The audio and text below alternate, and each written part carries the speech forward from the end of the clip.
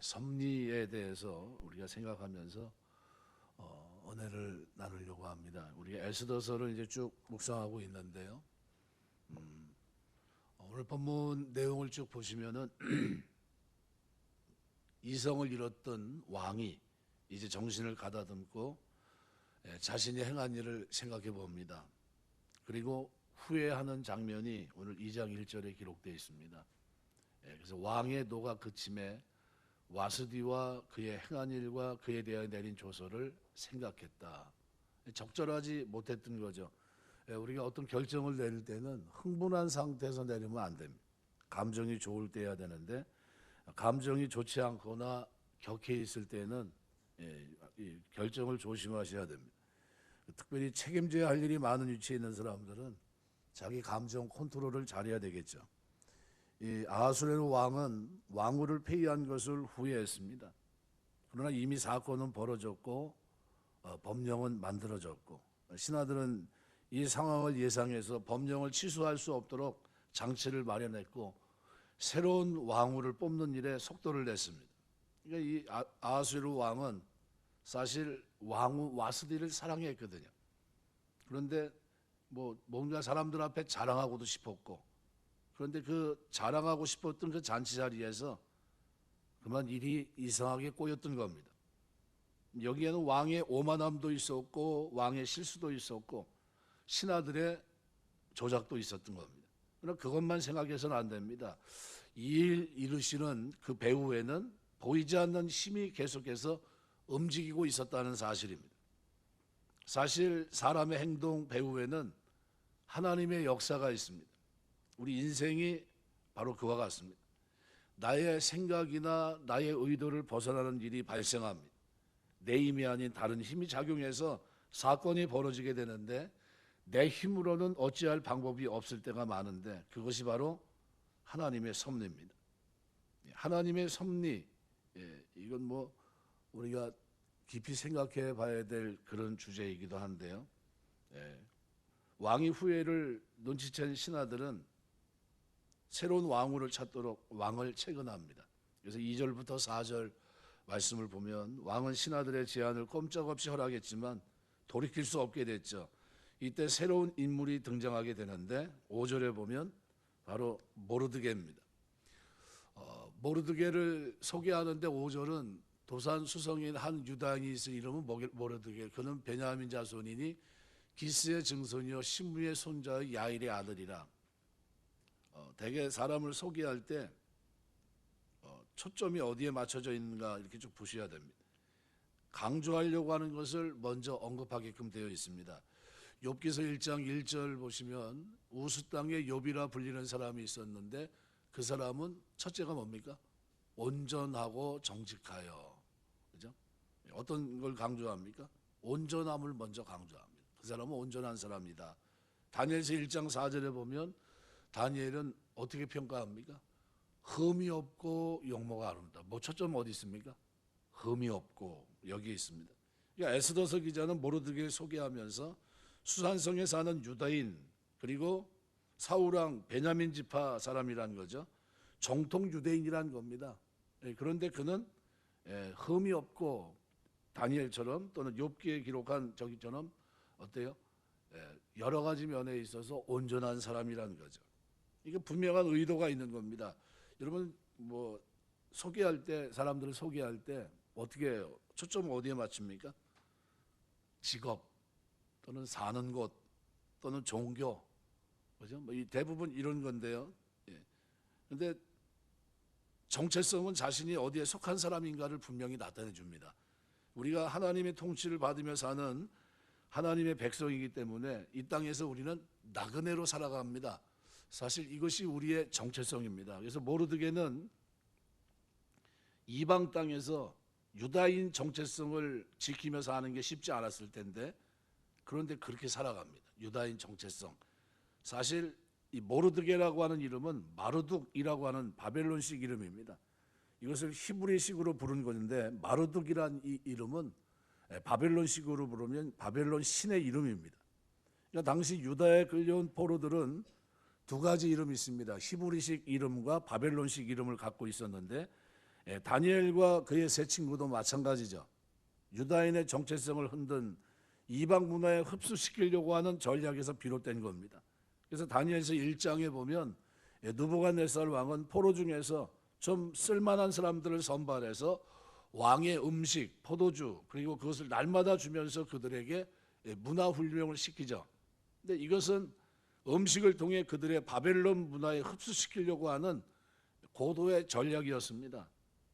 우리는 이 정체성을 흔드는 이런 세상 가운데 있거든요. 한나라 국민이자 하나님 백성으로 이 땅을 살고 있습니다. 우리가 속한 이 하나님의 나라는 육으로, 육신의 눈으로 볼 수 없기 때문에 정체성을 지키며 살기가 대단히 어려워요.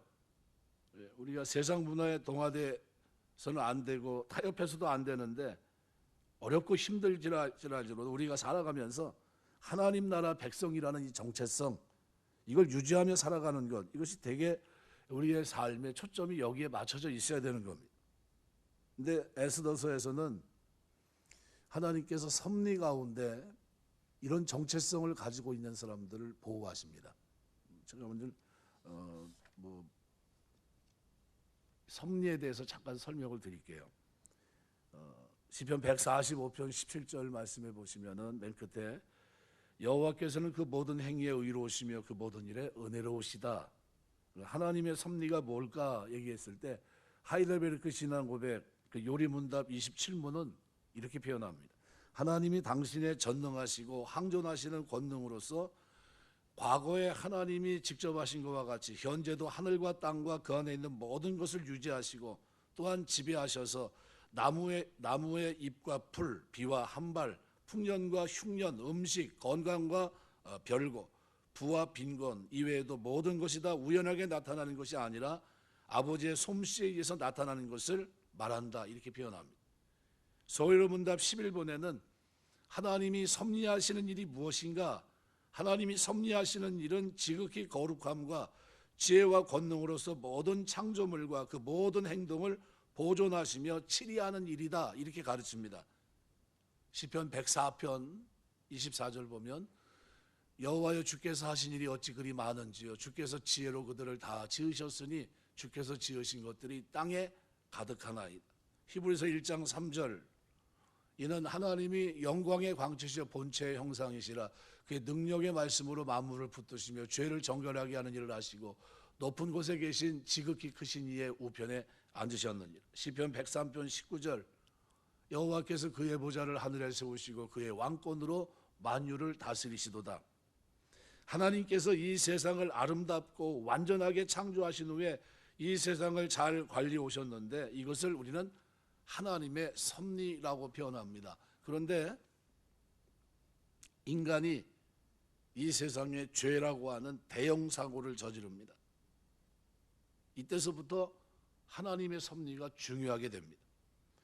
인간은 하나님의 뜻을 거역했고 범죄하면서 하나님이 만드신 세계의 본질을 크게 회파합니다. 이게 창세기 에덴 동산에서 있었던 일입니다. 그럼에도 하나님께서는 이 세상을 바로 포기하거나 심판하지 않으시고 계속 보존해 오셨습니다. 이 세상에 무엇이든 그냥 두어서 유지되는 것이 하나도 없습니다. 집도 오래 두면 어떻게 돼요? 아무도 살지 않는 집은 쉽게 무너집니다. 그렇죠? 계속 보수해야 되죠. 정원도 잘 유지하려면 누군가의 손길이 필요합니다. 하나님께서는 인간의 타락에도 불구하고 계속 은혜를 주셔서 세상을 보존하시고 유지하시고 계속해서 이 생명이 태어나게 하셨습니다. 우리는 이것을 이 세상에 임하는 보편적인 은총이라고 부릅니다. 그런데 거룩한 백성을 하나님이 이제 만드시는데요. 이 파괴된 세상을 하나님은 대충 이렇게 보완하려고 하는 게 아니라 완벽하게 회복시킬 계획을 가지고 계셨습니다. 그래서 하나님이 준비한 것이 믿음의 사람들을 예비하십니다. 우리가 알고 있는 에녹, 아브라함, 그 자손들을 예비하십니다. 믿음의 사람들의 예배와 기도를 통해서 인류의 죄와 심판의 정도가 더욱 심해지지 않도록 하나님은 붙드셨고, 그 다음에 어떻게 해요? 세상의 치리자들을 통해서 죄가 더 이상 관영하지 못하도록 억제하셨습니다. 그래서 인류의 역사는 크게 보면 두 가지 관점에서 보셔야 됩니다. 하나는 눈에 보이는 국가 그리고 문화의 역사입니다. 그래서 인류 역사는 다 뭡니까? 전쟁사예요. 전쟁사. 약육강식이죠. 누가 누구를 다스리고 라는 거죠. 그런데 그것이 뭡니까? 결국은 죄가 더 이상 관영하지 못하도록 막는 구실을 했고요. 또 하나는 뭡니까? 믿는 자들의 역사입니다. 믿는 자들의 역사.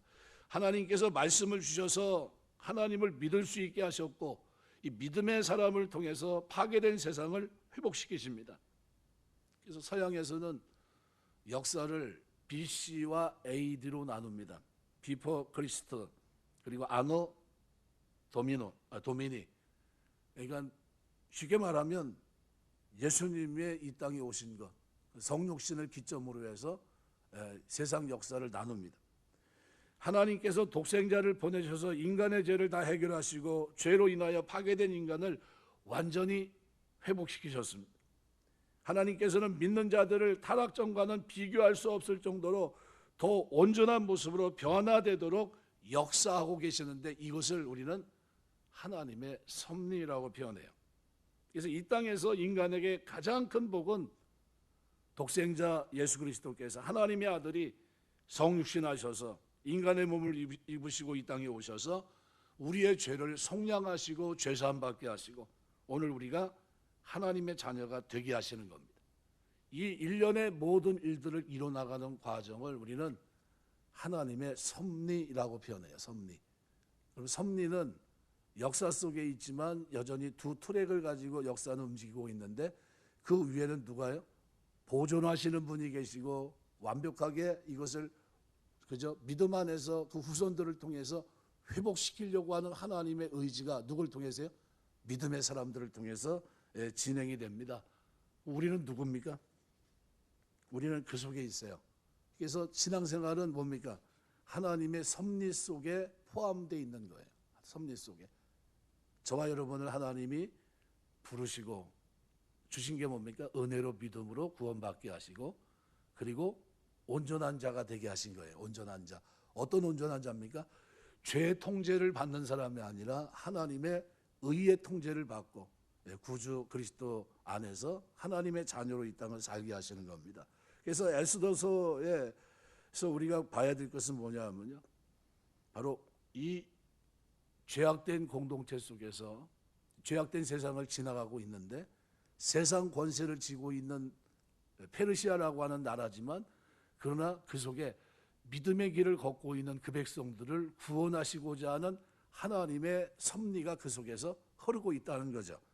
그러니까 에스더서 3장에는 하만이 등장하는데 바사제국에 사는 유대인들은 그 때문에 공포에 떱니다. 왜요? 유대인들을 죽이려는 계획을 가지고 있었거든요. 그는 유다인을 죽이려고 이를 갈았는데 이유는 하만은 아각 사람입니다. 그래서 3장 1절 말씀에 보면 그 외 아하수에로 왕의 아각 사람 함무라다의 아들 하만의 지위를 높여 올려 함께 있는 모든 대신 위에 두었다. 아각 사람은 이스라엘의 숙적인 아말렉 후손입니다. 그러니까 유다인과 아말렉이 대립한 역사의 연장선상입니다. 그러니까 쉽게 말하면 유대인 대표와 아말렉 대표라고 할 수 있습니다. 지금 시점은 이 본문이 씌워지고 있는 이 시점은 유다 민족이 포로가 된 지 한 100여 년 지났을 때입니다. 그렇지만 모르드게는 이방 나라에서 유다인의 정체성을 가지고 있습니다. 바사제국에는 모르드게처럼 이방 문화에 동화되지 않았고 유대인의 정체성을 지키고 사는 유대인 공동체가 있었어요. 하나님은 약속의 땅으로 돌아간 유대인만 돌아보신 것이 아니라 타국에 흩어져 사는 유대인들도 돌보셨습니다. 뭐로요? 섭리로. 하나님의 섭리로. 이것은 곧 하나님은 자기 백성 공동체를 중요하게 여기신다는 것을 보여줍니다. 따라서 우리는 에스더서를 읽으면서 유대인 공동체를 생각해야 돼요. 하나님은 몰살당할 위기에 처한 유대인 공동체를 구원하십니다. 에스더를 통해서 그들의 죽음의 위협에서 그들을 구하시고 보호하십니다. 그럼 왜 하나님은 유다 민족을 보호하셨습니까? 유다 공동체는 하나님이 친히 만드신 하나님의 언약으로 맺어진 공동체이기 때문입니다. 하나님은 언약 백성을 책임지십니다. 그렇다면 오늘 이 시대 하나님 백성의 공동체는 뭡니까? 교회예요. 에클레시아. 그죠? 부름받은 사람들이죠. 교회 공동체는 예수님의 피로 세워진 구별된 무리입니다. 지금도 믿음으로 새로운 공동체가 세워지고 있습니다. 하나님은 그들과 함께 하시고 그리고 그리스도의 공동체 안에 하나님은 거하십니다. 당신의 백성이라고 하는 하나님 백성이라는 정체성을 가지고 살아가는 사람들을 하나님은 세심하게 돌보십니다. 교회는 하나님 나라의 모형이에요. 하나님 세상 속에 있는 지상의 교회와 함께 하십니다. 2000년 역사가 흐르는 동안에 견고하게 남아있는 조직은 세상에 교회밖에 없습니다. 왜요? 하나님이 섭리로 돌보셨기 때문이죠. 물론 교회는 수많은 시련도 있었고 핍박도 있었고 환난도 받았습니다. 허물도 많습니다. 오늘날 지상교회도 실망할 때가 참 많아요. 그럼에도 교회가 무너지지 않는 것은 하나님이 함께 하시기 때문입니다. 하나님이 섭리하고 계시기 때문이에요. 당신의 백성을 사랑하시고 보호하시기 때문입니다. 그들을 구원하시기를 기뻐하시기 때문입니다. 그래서 우리는 그리스도인이란 정체성을 분명히 해야 돼요. 내가 누구냐는 거예요. 예수 그리스도 안에 구원받은 우리라는 겁니다. 성령 죄사함 받고 예수님이 나의 구주가 되셨다는 거죠. 그러니까 이런 사람들은 실패하지 않습니다. 망할 것 같아도 망하지 않습니다. 왜요? 하나님이 섭리로 그들을 온전한 자로 세우기까지 어떻게 해요? 인도하시기 때문에. 하나님은 당신의 공동체를 통해 섭리를 이루어 가십니다. 그래서 중요한 거는 그가 어떤 능력을 가지고 있느냐가 아니라 중요한 거는 섭리입니다. 섭리를 바르게 이해하셔야 돼요. 에스더 2장에서 에스더를 모르드게가 양육한 처녀로만 소개합니다. 2장 7절 보면 이렇게 표현합니다. 그의 삼촌의 딸 하다사 곧 에스더는 부모가 없었으나 용모가 곱고 아름다운 처녀라. 그의 부모가 죽은 후에 모르드게가 자기 딸같이 양육했다. 에스더는 바사식 이름이고 유다식 이름은 하다사입니다. 그러니까 에스더는 부모를 잃고 어려운 형편에서 자랐는데 에스더를 모르드게는 딸같이 양육합니다. 결속력을 느낄 수 있죠. 유다인이 죽을 위기에 처했을 때 모르드게와 에스더는 철저하게 공조합니다. 에스더는 모르드게를 의지합니다. 에스더는 모르드게의 말에 전적으로 순종합니다. 여기서 눈여겨볼 것이 있습니다. 에스더에게는 특별한 장점이 없었다는 거예요. 용모가 곱고 아리따웠다, 그 정도입니다. 가만히 보세요. 그 사람은 누굽니까? 포로예요. 포로 중에서도 어떻게 흩어진 유대인입니다. 바사제국 권력층과 전혀 상관이 없었고요. 연약한 포로 유대 여성입니다. 하나님이 쓰시는 인물은 특별한 인물이 아니었습니다. 중요한 것은 누가 나를 쓰고 누가 나를 부르고 있느냐는 거죠. 우리 생각에는 큰 역할, 작은 역할이 있는 것 같지만 하나님은 그렇게 생각하지 않으십니다. 하나님 나라를 이루는 일에는 각자 맡은 배역이 다를 뿐이지 특별한 역할은 없습니다.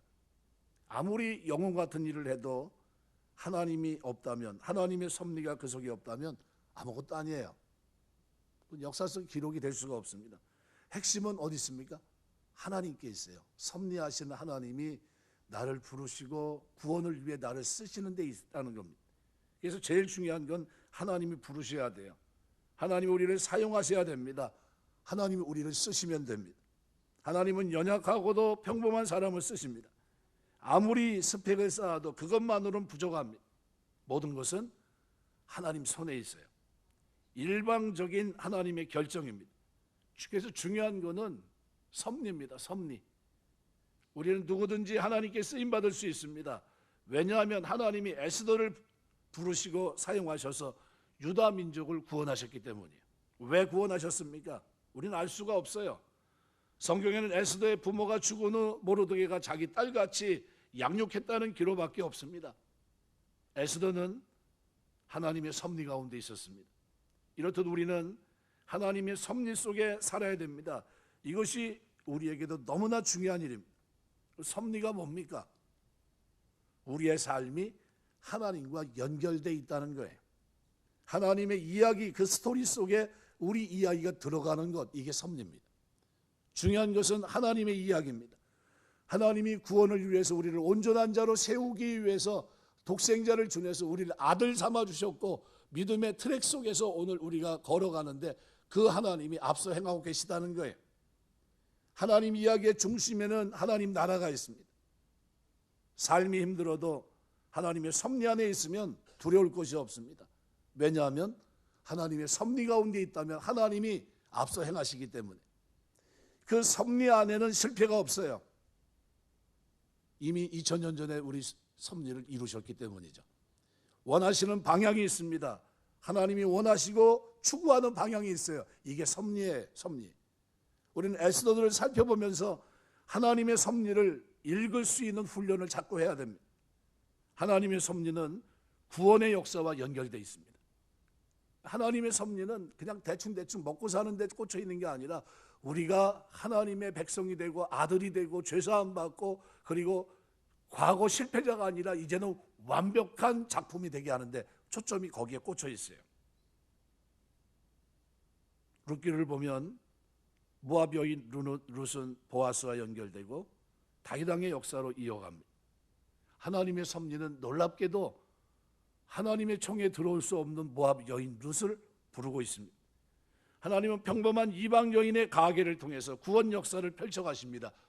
그 섭리가 그 앞서 움직이신 거죠. 그래서 마태복음 1장에 나오는 4명의 여인들의 삶은 온전치 못합니다. 그러나 그들은 하나님의 구원사에게 쓰임받고 있습니다. 와스디와 에스더는 하나님의 섭리를 이루는 데 쓰임받던 이름입니다. 하나님은 구원을 이루시는 일에 누구든지 사용하십니다. 때로는 뜻밖의 사람을 사용하셔서 구원을 이루기도 합니다. 구원을 위해서는 언제든지 하나님은 선수교체도 할 수 있어요. 그것이 하나님의 주권이니까요. 놀라운 사실은 하나님의 섭리는 모든 것을 뚫고 나간다는 사실이에요. 절대 실패하지 않는다는 겁니다. 에스더가 등장하기까지 많은 일이 있었습니다. 왕후가 폐위되고 오랜 세월이 흘렀습니다. 성경은 이 사이의 일들은 언급하지 않습니다. 중요한 것은 그 숱한 시간과 여러 사건이 어느 방향으로 흘러가는가, 그 방향 길목에 에스더가 있다는 겁니다. 하나님의 섭리를 바르게 이해하면 그래서 당황할 일이 없어요. 담대할 수 있습니다. 무슨 일이 일어나든 섭리대로 하나님께서 이끄실 것이기 때문에. 그래서 섭리를 우리는 바람에 비유합니다. 바람과 같습니다. 바람은 누가 일으킵니까? 하나님이 일으키는 거예요. 우리가 여름 되면 플로리다 해변 같은데 서핑하는 사람들이 많죠. 파도를 잘 타죠. 서핑을 아무리 잘해도 파도가 일어나지 않으면 소용이 없어요. 사업도 목회도 바람이 불어야 됩니다. 파도가 일어나야 돼요. 하나님의 섭리는 모든 것을 뚫고 나아갑니다. 섭리가 모든 것을 돌파하는 겁니다. 돌파는 누가 합니까? 하나님이 하시는 거예요. 그래서 하나님의 섭리는 말로 설명할 수 없는 방법으로 진행이 됩니다. 우리가 어떤 때는 이해하지 못할 정도로 하나님이 모든 것을 주관하심을, 그래서 우리는 의심할 수 없습니다. 의심해서도 안 되고, 우리는 성경을 읽으면서 하나님의 섭리를 발견하고, 그러면서 우리는 소망이 생깁니다. 하나님이 일하시는 방법은 우리와 다릅니다. 그러므로 우리는 일상 속에서 겸손해야 되고 최선을 다해 살아가야 됩니다. 그러나 하나님의 섭리의 손길에 겸손하게 반응할 줄 알아야 됩니다. 하나님이 일하실 공간을 남겨둬야 돼요. 최소한 선한 도구가 돼야 되겠죠. 악한 도구가 아니라. 하나님의 섭리를 이루는데 가룟 유다는 악한 도구였습니다. 그렇죠? 그러나 하나님의 섭리를 이루는데 다른 사람들은, 다른 제자들은 의의 도구입니다. 우리는 하나님의 섭리를 따라 흘러갑니다. 섭리를 이루는 일에 쓰임받는 것이 중요합니다. 에스더서에는 아하수에로 왕후 와스디, 에스더, 모르드게, 하만 모두 하나님의 섭리 속에 있었습니다. 이것을 조금 더 이해하려면 창세기 50장 20절에 기록되어 있는 요셉입니다. 요셉의 인생은 하나님의 섭리 속에 있었습니다. 하나님의 섭리는 아브라함서부터 맺은 그 언약을 성취하는 데 있었습니다. 그럼 이 요셉은 그 속에서 하루아침에 인생이 바닥으로 무너지는데 자기가 원했던 삶이 아닙니다. 포로로 그죠? 노예로 팔려가고 감옥에 갇히고. 근데 요셉은 하나님의 섭리를 의지하면서 무려 13년의 세월을 30세 역사의 무대에 등장하기까지 그는 하나님의 섭리를 의지하며 묵묵히 살아냅니다. 창세기 50장 20절 기록대로 당신들은 나를 헤아려 했으나 하나님은 그것을 선으로 바꾸사 오늘과 같이 많은 백성의 생명을 구원하게 하시려 하셨다 그랬습니다. 이것은 요셉이 하나님의 섭리를 믿으며 그 속에서 성실하게 살았던 그 삶을 그대로 보여주는 겁니다. 하나님은 요셉이 경험한 수많은 일을 하나님의 섭리를 따라 흘러갈 수 있도록 역사하셨습니다. 하나님은 요셉이 인생의 숱한 장애물을 돌파하게 하셨습니다. 우리 힘으로는 인생의 장애물을 돌파할 수 없습니다. 하나님이 도와주셔야 되죠. 하나님은 돌파하게 하십니다. 하나님이 일을 이루십니다. 그리고 우리 인생을 만들어 가십니다. 만약 삶이 인간의 열심으로 좋게 흘러갈 수 있는 것이라고 한다면 우리는 믿음의 자리에 있지 못할 겁니다. 왜요? 내 능력에 달렸으니까. 자신의 열심으로 사는 사람은 이상하게도 점점 초라해집니다. 우리는 우리 열심으로 살 수 없음을 깨닫습니다. 내 노력으로 안 된다는 것을 겸손히 깨닫습니다. 그래서 우리는 하나님을 의지할 수밖에 없어요. 하나님은 섭리대로 이루시기 위해서 때를 따라 우리를 부르시고 사용하십니다. 그래서 우리는 수동적입니다. 하나님 말씀에 순종해야 돼요. 하나님께 우리의 삶을 온전히 내어 맡길 때 하나님은 우리를 사용하셔서 섭리를 이루어 가십니다. 우리를 통해 구원 역사를 이루실 겁니다. 우리를 향한 하나님의 뜻이 있습니다. 우리는 실패할 수 있지만 하나님의 섭리는 반드시 이루어집니다. 그러므로 우리가 이 땅에 사는 동안 섭리를 따라 살기를 구하셔야 돼요. 하나님 뜻이 어디 있는가 자꾸 물어보셔야 됩니다. 내가 이해할 수 없지만 하나님이 섭리로 이끄시는데 하나님이 섭리가 하는 일이 뭡니까? 하나님 섭리가 하는 일은 우리의 구원과 밀접하게 관계되어 있습니다. 여러분 가정을 위해서 기도할 때 믿지 않는 남편, 믿지 않는 아내, 또 믿지 않는 자녀들 놓고 기도할 때 뭘 놓고 기도합니까? 하나님 섭리 가운데 하나님 인도해 달라고 기도하셔야 돼요. 하나님 지금의 모습은 형편없는 모습일지라도 하나님이 원하시는 완벽한 작품을 만드실 줄 믿습니다 하면서 어떻게 해요? 섭리로 이끄실 하나님, 독생자까지 주셔서 오늘 우리의 진정한 회복을 이루시는 그 하나님, 완성하실 그 하나님을 확신하면서 여전히 똑같은 믿음을 가지고 섭리 속에 살아가면서 그 섭리에 쓰임받기를 기도하면서 그리고 그 이루실 하나님을, 앞서 행하실 하나님을 오늘 우리가 바라보셔야 됩니다. 말씀을 맺겠습니다. 인간이 죄라고 하는 대형 사고를 저지른 후에 하나님의 섭리는 중요해졌던 겁니다. 인간은 하나님의 뜻을 거역하면서 범죄하면서 하나님 만드신 세계의 본질을 크게 훼손했습니다.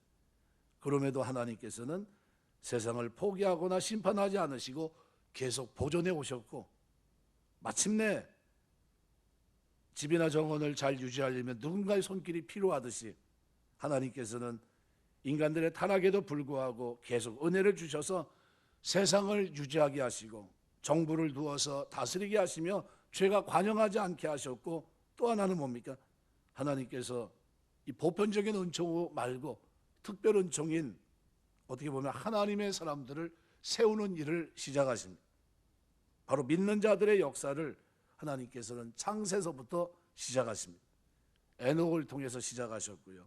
말씀을 주셔서 하나님을 믿게 하셨고, 이 믿음의 사람들을 통해서 파괴된 세상을 회복시키는 일을 시작하셨고, 마침내 이 땅에 2000년 전 그리스도께서 오셔서 역사의 분기점이 됩니다. 하나님의 섭리의 완성을 향해서 주님이 이 땅에 오신 겁니다.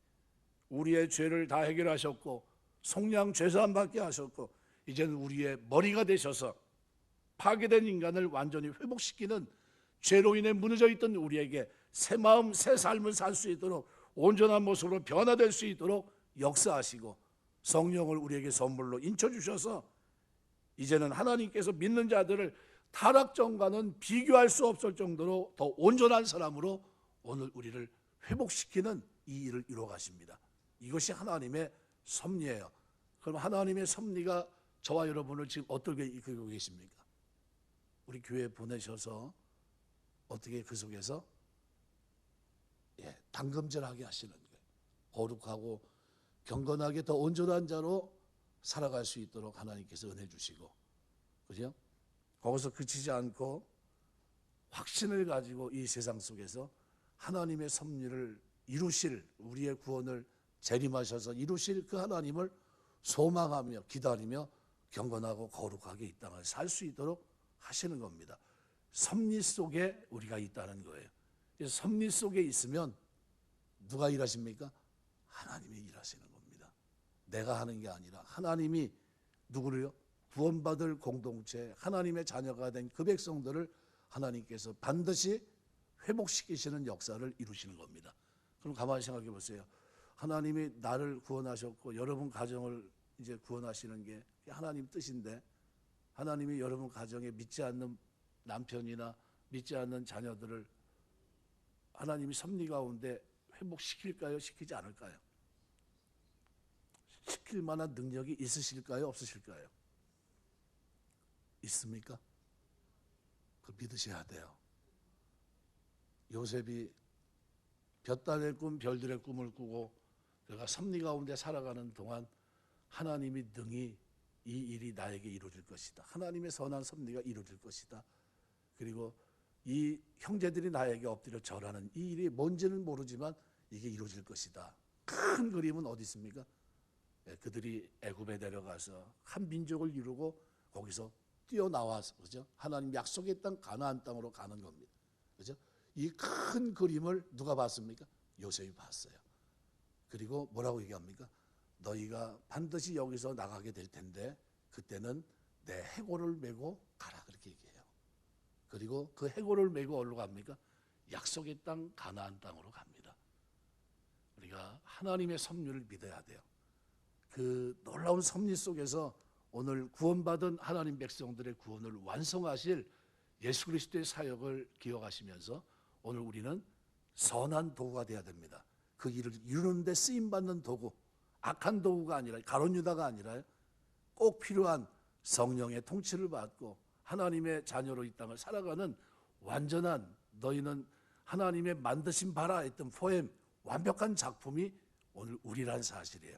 섭리 가운데 하나님의 자녀로 회복시킨 자녀, 몸과 마음과 삶이 바뀐 자녀, 이 자녀로 우리가 이 세상을 살아가고 있고, 이렇게 살지 못하는 그들을 위해서 오늘 우리는 섭리 가운데 쓰임받는 모르드게 같은, 에스더 같은 이런 사람들이 깨어 있어서 이 백성들이 망하지 않고 하나님 백성들이 돌아오고 회복되고 완전한 자로 하나님 앞에 세워지는 이 거룩한 섭리가 이루어지는 일에 오늘 우리가 쓰임받아야 됩니다. 여러분의 기도도, 여러분의 삶도, 여러분의 전도 생활도 그 일에 쓰임받아야 될 줄 믿습니다.